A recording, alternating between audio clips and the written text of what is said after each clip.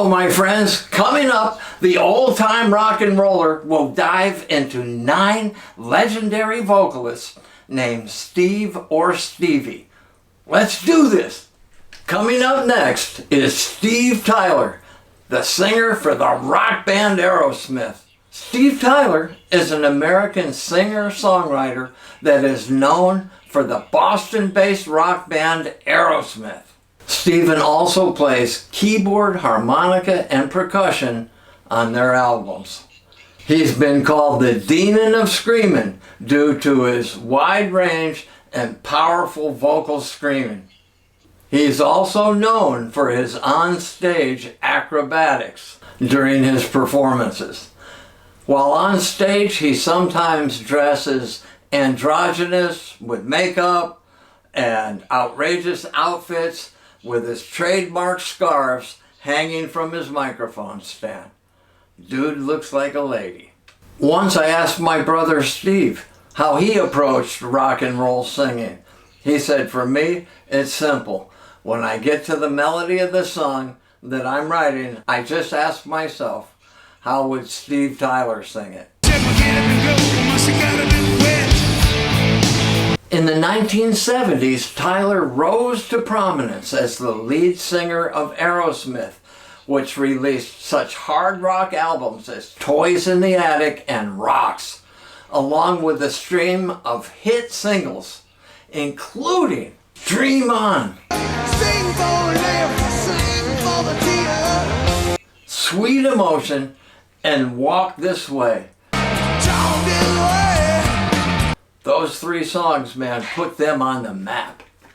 By the late 1970s and 80s, Tyler had a heavy drug and alcohol addiction, and the band's popularity waned. But in 1986, Tyler completed drug rehabilitation, and Aerosmith made a great comeback. When Tyler and Joe Perry did a remake with Run DMC of Walk This Way, which became a top 5 hit. Aerosmith then launched a comeback with the multi-platinum albums Permanent Vacation, Pump, Get a Grip, and 9 Lives, which produced a combined 13 top hit singles and won the band numerous awards. During this time, the band embarked on their longest concert tours, promoting their singles with conceptual music videos, and made their appearance on television, film, and on video games. I just wanna hold you close. Tensions with the band renewed in 2008, 2009, when Steve fell off the stage and got back onto pain pills. But he did get treatment in 2009 and rehabbed again. He also signed on to American Idol without telling the other members of the band. Nonetheless, Tyler has continued to record music and perform with Aerosmith after more than 50 years as a member of the group.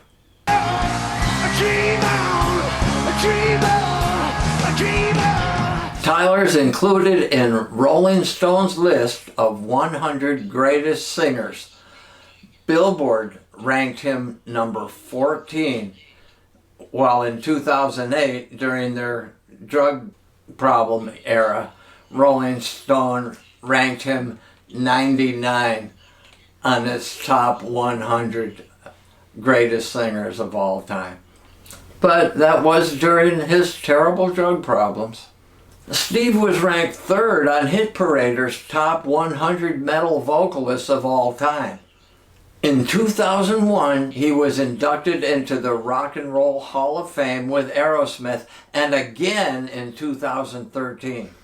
Steve Tyler and his songwriting partner, Joe Perry, were given the ASCAP Founders Award and inducted into their Songwriters Hall of Fame. That's a big deal. In 1971, my band Choker was playing the same circuit as Aerosmith, Everybody knew each other. We were all friends. The parties at their apartment were legendary. And they invited us to their Columbia Records signing party. Man, they looked like the American Rolling Stones. And when they played Dream On and Walk This Way and Sweet Emotion, man, the place went wild. Steve Tyler has been at the forefront of rock and roll singing in America for 50 years.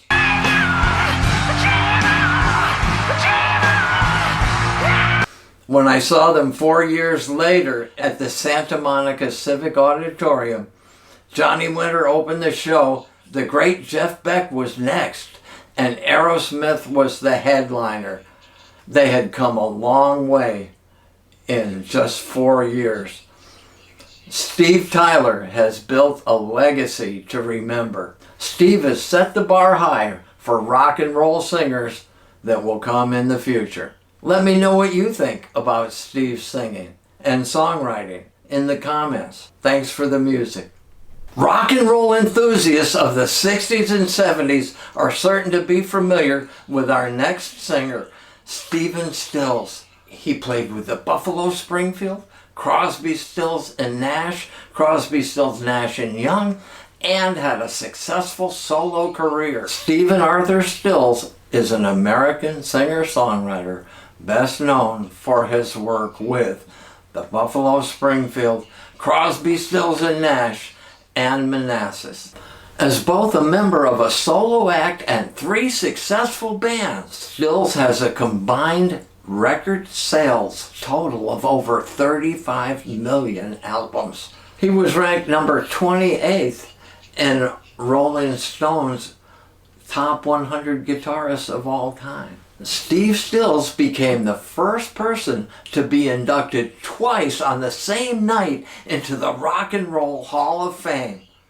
According to Neil Young, Stephen is a genius. Beginning his career with the Buffalo Springfield, he composed For What It's Worth, which became one of the most recognizable songs of the 1960s. There's something happening here. It's very relevant today, too. Other notable songs he contributed to the band were Sit Down, I Think I Love You, Bluebird, and Rock and Roll Woman. Rock and Roll Woman was a fabulous song, and Neil Young put a great solo on it. It hit an F chord and dropped back to the D.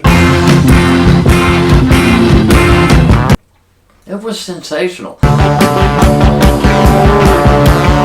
I was 17 when I first heard it, and their harmony was fabulous. According to Richie Furay, bandmate, Steve Stills was the heart and soul of Buffalo Springfield. After Buffalo Springfield broke up, Stephen Stills began working with David Crosby and Graham Nash. In addition to writing many of the songs, he also played bass, guitar, and keyboard on many of the songs on their first album.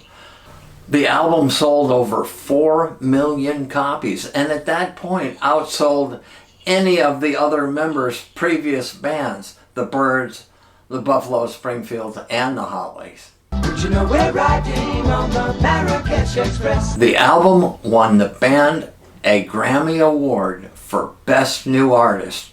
If you were around that summer and heard it, woo! Steve Stills' first solo album went gold, and it's the only album to feature both guitarists, Eric Clapton and Jimi Hendrix. His hit single, Love the One You With, became his biggest solo hit, peaking at number 14 on the Billboard Hot 100. Stills followed that with Manassas with Chris Hillman in 1972. The backstory behind Love the One You're With: Billy Preston and Steve Stills were at a party while they were outside the hotel waiting for their cars, and Steve's date stood him up. And he was standing there, and Billy said, "What's the matter, dude?" And he said, "My date stood me up." And Billy said, "Hey man, if you can't be with the one you love, love the one you're with." And Steven said, "Man, that's a great line. Do you mind if I use it?" And Billy said, "Hell no, man, go ahead." And it became his biggest selling song of all time. After a string of several solo albums, Steve started a band with Chris Hillman called Manassas in 1972. In the summer of 1974, Neil Young reunited with Crosby, Stills and Nash after a 4-year hiatus for a concert tour that was recorded and released in 2014 as CSNY 1974. It was one of the first stadium tours and the largest tour the band had done to date. Crosby, Stills and Nash reunited in 1977 for their album CSYM, which became their best-selling record. Crosby, Stills and Nash and Crosby, Stills, Nash and Young continued to have platinum albums throughout the 1980s. Let me know what you think in the comments about any of the songs that were really big by Steve Stills, and what you thought of the Crosby, Stills and Nash harmonies as well. Thanks for the music, Steve. Nice job. Stevie Winwood is an English singer, songwriter, multi-talented musician whose genres include blue-eyed soul, rhythm and blues, rock and roll, and pop rock. The Spencer Davis Group, Traffic, solo artist, though primarily a guitarist, keyboard player, and vocalist, prominent for his distinctive, soulful, high tenor voice. Winwood plays other instruments proficiently, including drums, mandolin, bass, and saxophone. Stevie Winwood achieved enormous fame in the 1960s and 1970s as a member of the Spencer Davis Group, 1964 to 1967, Traffic, 1967 to 1969, and again 1970 to 73, and Blind Faith in 1969 with Eric Clapton, Ginger Baker, and Rick Gretsch. During the 1980s, Stevie's solo career took off, and he had a number of hit singles, including While You See a Chance, 1980 from the album Arc of a Diver, and Valerie, 1982 from Talking Book Back to the Night. Valerie became a hit when it was re-released during Stevie's release of Chronicles.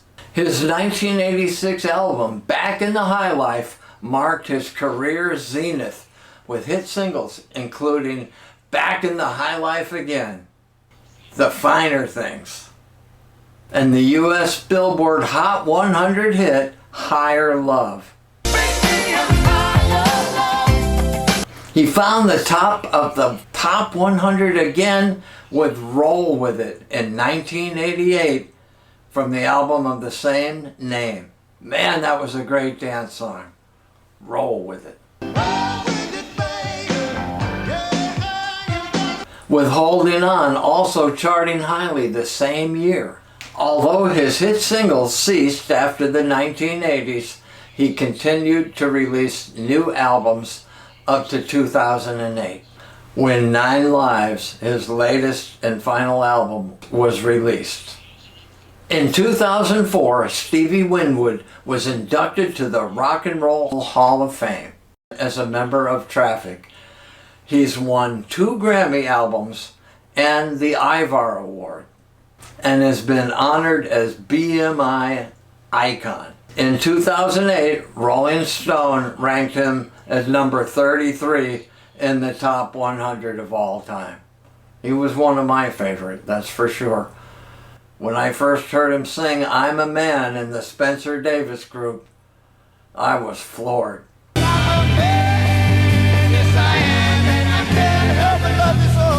And later, when I met Spencer Davis and we became friends, he told me working with Stevie was the thrill of his life. His vocal range was incredible. What is your favorite Stevie Winwood song? Let me know in the comments, please. Thank you.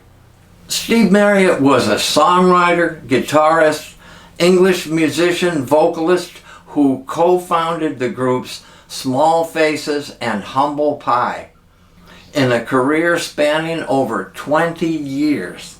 And a silver coat spoon, give me my release. Mariott was introduced into the Rock and Roll Hall of Fame in 2012 as a member of the Small Faces. 30 days in a hole. In Britain, Steve Mariott became an often photographed mod-style icon. Steve Mariott was influenced by great musicians. Miles Davis, Buddy Holly, Booker T and the MGs, Ray Charles, Otis Redding, Muddy Waters, and Bobby Bland. That's a great bunch of influences. After achieving tremendous success, I'd give you the moon if it were. Steve Mariott distanced himself from the mainstream music industry. He kind of dropped out. He turned away from all the major record labels. And he remained in relative obscurity. He returned to his musical roots, playing in local pubs and clubs around London and Essex. It made him happy. Unfortunately, Steve died in a fire that swept through his 16th century home in Essex. He was 44. He was listed in Mojo as one of the top 100 singers of all time. 30 days in a hole. That's what they do. Former Black Sabbath frontman Ozzy Osbourne named Mariott the 4th greatest singer ever. Paul Stanley of Kiss called Mariott unbelievable and a hero of his, while Steve Perry of Journey named him one of his favorite singers. Steve Marriott's not that well known in America these days, but the testimony of Paul Stanley, Ozzy Osbourne, and Steve Perry carry a lot of weight with me. He was fabulous. The next artist is none other than the great Stevie Nicks. She is the only female artist on the list. Stephanie Lynn Nicks is an American singer-songwriter best known for her work with Fleetwood Mac and as a solo artist. After starting her career with her then boyfriend Lindsey Buckingham and releasing their debut album Buckingham Nicks to little success, she joined Fleetwood Mac in 1975, helping the band become one of the best-selling music acts of all time, with over 120 million records sold worldwide. Rumors the second album with Fleetwood Mac became one of the best-selling albums of all time worldwide, certified over 20 times platinum.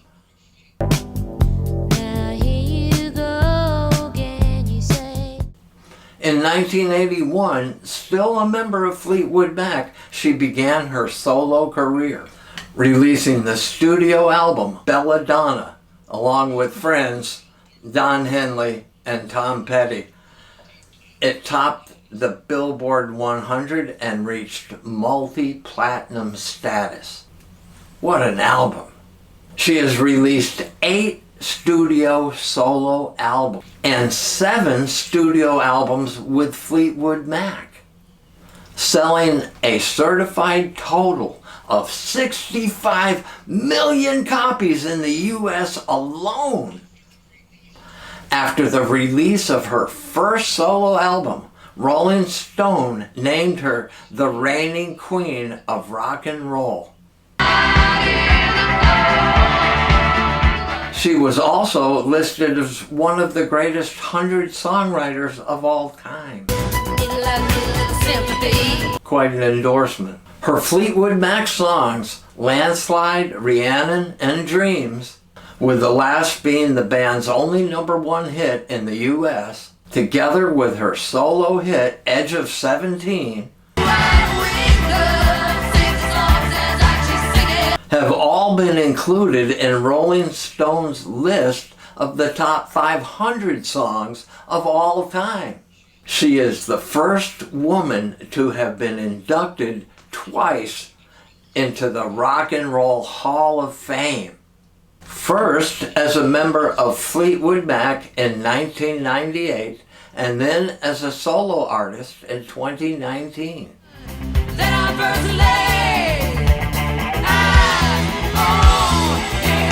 In 1975, my bass player Mark Levine's wife, Beverly Vance, was a fabulous hairdresser, and she became Stevie Nicks' hairdresser and moved into the mansion. And the stories, woo! Stevie Nicks' accomplishments speak for themselves. It's hard to deny she is right at the pinnacle of female vocalists in rock and roll history. Let me know what you think in the comments. The Steve Miller Band is an American rock band formed in 1966 in San Francisco, California, led by guitarist, vocalist, songwriter Steve Miller. He had an all-star lineup. His group had a string of hit singles that are staples of the classic rock genre today. Lover, and I'm a sinner. He also had several psychedelic rock albums in the 60s. Steve left his first band and moved to San Francisco to form the Steve Miller Blues Band. Shortly after forming the band, Harvey Kornstein negotiated his first album in 1967 with Capitol Records. They shortened their name to the Steve Miller Band.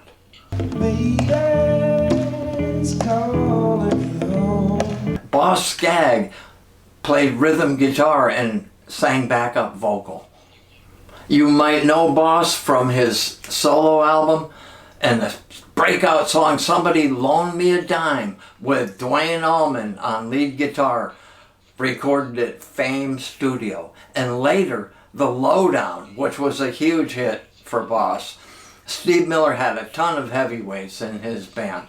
In February 1968, the band recorded its debut album, Children of the Future. The band went on to produce Sailor, Brave New World, Your Saving Grace, Number 5, The Joker, Fly Like an Eagle, Book of Dreams, among others. I heat up, I can't cool down, got me spinning. The Steve Miller Band's greatest hits, 1974 to 1978, was released in 1978. It sold over 13 million copies. I had one of them. In 2016, Steve Miller was inducted as a solo artist into the Rock and Roll Hall of Fame. When I was a freshman in college and his first album, Children of the Future, came out, all of the band members had wings that were different colors. And when you put it under a black light, it looked like they were flying. I attended quite a few bong hit parties where the black light was on and his album cover was flying around the room. He was an early great rock influence on me. Thanks for the music, Steve. Perhaps the vocalist on our list that's the biggest hit with women is Stephen Ray Perry. Steve Perry achieved critical fame with his rock band journey from 1977 to 1979.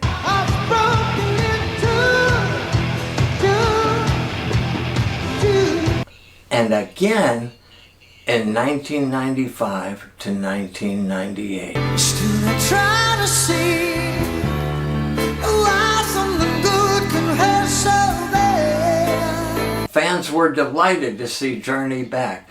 Steve's not only a vocalist, he also wrote and co-wrote several Journey hit songs, including Oh Sherry. Steve had a successful solo career between the mid-1980s and 1990s. I'm on the road again. He made sporadic appearances in the 2000s and returned to music full-time 2018, much to the delight of his fans. Been a mystery. Steve Perry has been dubbed The Voice by John Bon Jovi, and that's a moniker that has stuck with him because he truly is the voice. Broken hearts can always mend. He's ranked number 76 on Rolling Stone's Top 100 Greatest Singers of All Time, where Billboard ranked Steve at number 30. Much better. Steve Perry was inducted to the Rock and Roll Hall of Fame with Journey in April 2017. In August 2023, Perry made the Billboard Top 50 list of Best Rock Singer Band Lead Vocalists of all time, coming in at number 30. At the same time, Billboard readers chose Steve as the favorite rock singer of all time, garnering 67% of all total votes. You can tell the Perry Army and fan clubs are alive and well. His fan base is worldwide. Unfortunately, Steve is the victim of countless impersonation scams. Myself, Gary Stuckey, many of his fan groups have worked to spread awareness of these impersonators, yet still people are caught up in it every week.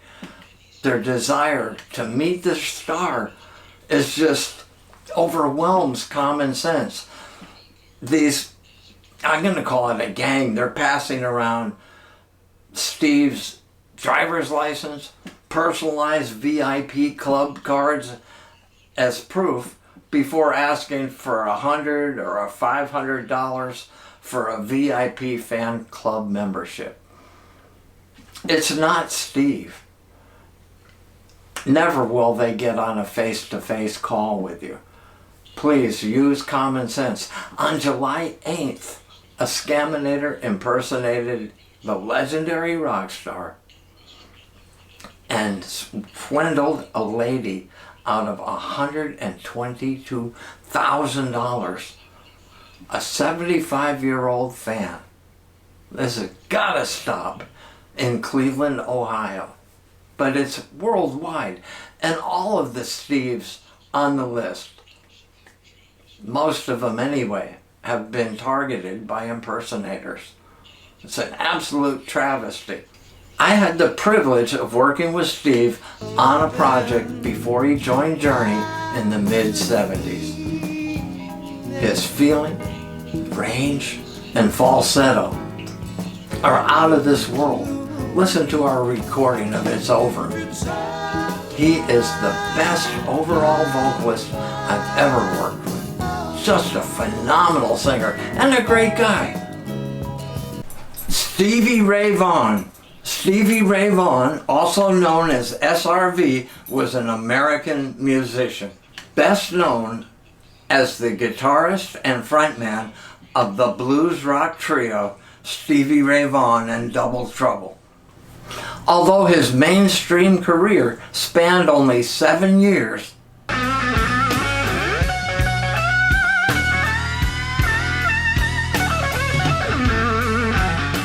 he is regarded as one of the most influential musicians in the history of blues music and one of the greatest guitarists of all time. He was the younger brother of Jimmy Vaughan of the Fabulous Thunderbirds. Born and raised in Dallas, Texas, Vaughn began playing music at the age of 7, initially inspired by his brother Jimmy. In 1972, he dropped out of high school and moved to Austin, where he began to gain a following playing gigs on the local club circuit. Vaughn joined forces with Chris Latham and Tommy Shannon to form Double Trouble in 1978. The band established themselves in the Austin music scene and soon became one of the most sought after and established bands in Austin and Texas area. They performed at the Montreux Jazz Festival in Montreux in 1982, where David Bowie saw Vaughn play. Well, it's flooding down in Texas. Stevie floored everyone that night. We weren't sure how we'd be accepted, Vaughn told Guitar World, but he must have known it went well when David Bowie appeared backstage. All of the telephone lines are down. And an important alliance was born. Bowie contacted Stevie for a studio gig in December, where he played a great blues guitar solo on the album Let's Dance in 1983.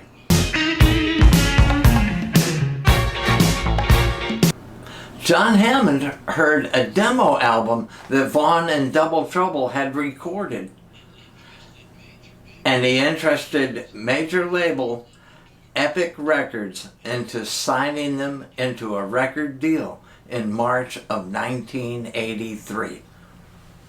That was a turning point.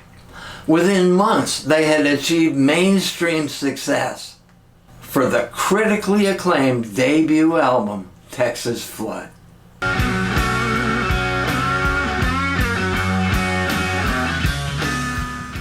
With a series of successful network television appearances and extended concert tours, Vaughn became the leading figure of the blues revival. Well, it's flooding down in Texas. Although his vocal range was limited, his overall contribution to jump-starting the blues music revival makes him a quintessential force in blues music. And that will never change, mandating his appearance on this list. Stevie struggled with alcoholism and drug addiction for most of his life. He also struggled with the personal issues of fame and his relationship with his wife, Lenora Lenny Bailey. He completed rehabilitation and began touring again in November with Double Trouble in 1986. His fourth and final studio album, In Step, reached 33 in the United States in 1989. It was Vaughn's most commercial and successful release, and it included his only #1 hit, Crossfire. It's a great song. He became one of the world's most popular blues performers, and he headlined Madison Square Garden in 1989 and the Beale Street Music Festival in 1990. That's a great festival. The first time Eric Clapton heard Stevie's playing on the radio, he said, "I have to find out before the end of the day who this guitarist is." And he had only done that maybe 4 times in his life. During Stevie's last performance, August 26, 1990, at the Alpine Valley Music Theater in Wisconsin, he shared the stage with Eric Clapton, Buddy Guy, Jimmy Vaughan, and Robert Cray. I'd love to see film of that. Tragically, Stevie Ray Vaughan died in a helicopter crash in the early morning hours following that concert. An investigation concluded the cause of the accident was pilot error. Vaughan's music continued to have commercial success with several posthumous releases, and he has sold over 15 million albums in the United States alone. Rolling Stone has ranked him among the top 20 guitar players of all time. Stevie Ray Vaughan was posthumously inducted into the Rock and Roll Hall of Fame in 2015, along with Double Trouble bandmates Chris Layton, Tommy Shannon, and Reese Winans. I'm glad they made it. They deserved it. Stevie's blues will live forever.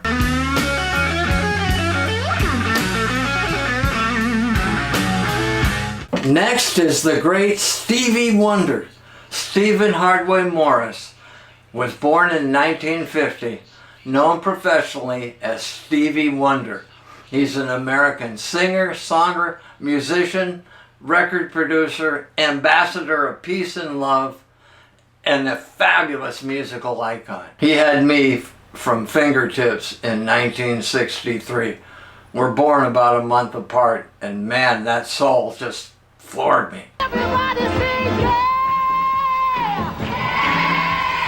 Stevie Wonder is one of the most influential musicians of the 20th century. He is credited as a pioneer in a range of genres across the musical spectrum, including rhythm and blues, pop, soul, gospel, funk, and jazz. He is a phenomenon. He's a virtual one-man band. Blind since shortly after birth, Stevie Wonder is a child prodigy who signed with Motown's Tamla label at the age of 11, where he was given the professional name Little Stevie Wonder. Stevie Wonder's single Fingertips was #1 on the Billboard Hot 100 at the age of 13, making him the youngest solo artist ever to top the charts. Go Stevie, right? I bought that 45 and was absolutely crazy in love with it. I was made to love her. Susie was in pigtails. I knew I loved her even then. The soul that he brought out was phenomenal. You could feel it in your heart, your bones. I just called to say. Stevie's critical success was at the peak of the 1970s. His classic period began in 1972 with the release of Music of My Mind and Talking Book, the latter featuring Superstition, which is one of the most distinctive examples of the Hohner clavinet keyboard.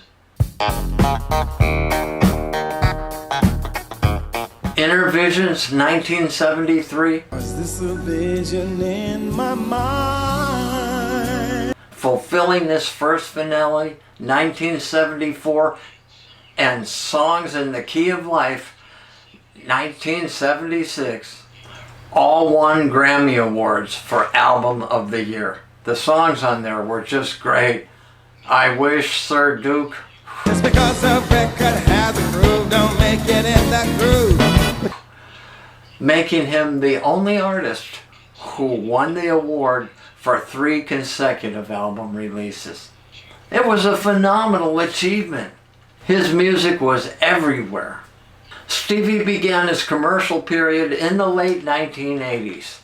He achieved his biggest hits and highest level of fame, had increased album sales, participating in charity events, high-profile collaborations, including with Paul McCartney and Michael Jackson.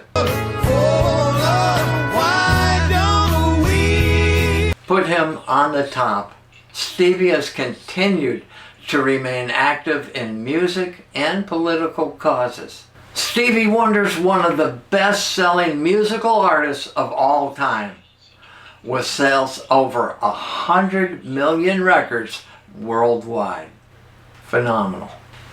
He has won 25 Grammy Awards, the most of any male solo artist, and he's won 1 Academy Award.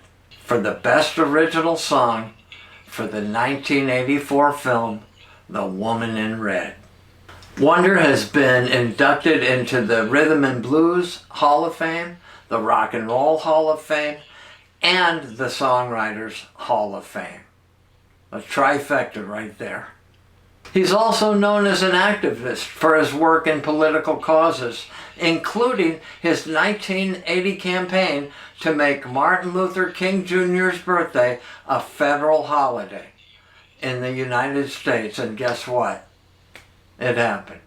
In 2009, he was named a United Nations Messenger of Peace, and in 2014, he was honored with the Presidential Medal of Freedom. Go Stevie. In 2008, Rolling Stone ranked him number 9 in their list of 100 greatest singers of all time. Need I say more? Are you a Stevie Wonder fan? What are some of the albums that he put out that you loved? Or the great songs that really stuck with you for life? Please let me know in the comments some of your favorite Stevie Wonder songs and how he ranks along with the other 8 in this list. I hope you've enjoyed this presentation. If you do, please like and subscribe. It means a lot to me. In the meantime, I'm looking forward to seeing all of your comments. Let me know who your favorite Steves are and rank them out for me. And please, if you have not heard of any of them, check out their work. In the meantime, keep love in your heart, a song in your head, and I will see you down the musical story highway on the next adventure of the old-time rock and roller. So long, my friends.